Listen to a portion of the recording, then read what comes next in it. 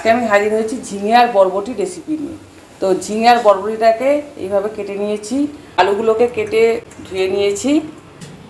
এখানে ফোড়নের জন্য 5 ফোড়ন, শুকনো লঙ্কা, তেজপাতা রেখেছি, কিছুটা বড়ি, কিছুটা পোস্ত আর কিছুটা কাঁচা বাদাম আর কাঁচা লঙ্কা। ব্যাস এই কটা জিনিস দিয়ে এত সুন্দর টেস্টি রেসিপি হয়ে যায়।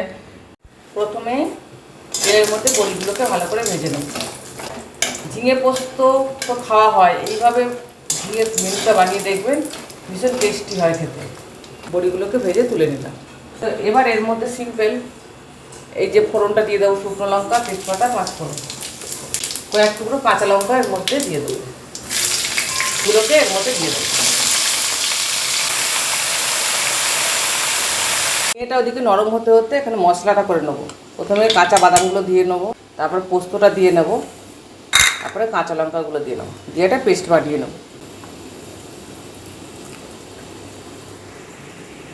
এই ঝিঙেটা নরম হয়ে গেছে, এবার এর মধ্যে অ্যাড করবো আমি ধুয়ে রাখা আলুগুলো।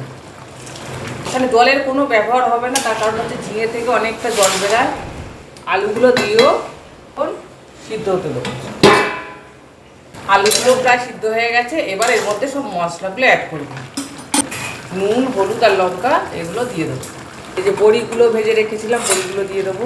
এখানে যে পেস্টটা বানিয়ে রেখেছিলাম, পেস্টটা দিয়ে দেবো। সমস্ত কিছু রেডি, এবার মাখা মাখা হলেই তৈরি হয়ে যাবে। ভালো করে নাড়িয়ে দেবো। ঝিঙে থেকেই জল বেরাবে, অর্থাৎ এক্সট্রা জল দেওয়ার কোনো প্রয়োজন নেই। এই ঝিঙের জলেতেই তরকারিটা হয়ে যাবে। আর কিছুক্ষণ হলেই নাড়াচাড়া করে নামিয়ে নেবো। এই ঝিঙের রেসিপি আমার রেডি হয়ে গেছে। কালারটা খুব সুন্দর হয়, গরম ভাত, রুটি সবার সাথে ভালো যায়, খুব সুন্দর খেতে হয়। এইভাবে বানিয়ে দেখবেন, নিরামিষ মেনু কিন্তু খেলে মনেই হবে না নিরামিষ, এত সুন্দর খেতে হয়। এই যে নিরামিষ ঝিঙের তরকারি আমার রেডি, খুব সুন্দর খেতে হয়, এইভাবে বানিয়ে দেখবেন। এখন ভীষণ গরম, জাস্ট একটুখানি নুনটা দেখবো ঠিকঠাক হয়েছে কিনা, টেস্টটা কেমন হলো।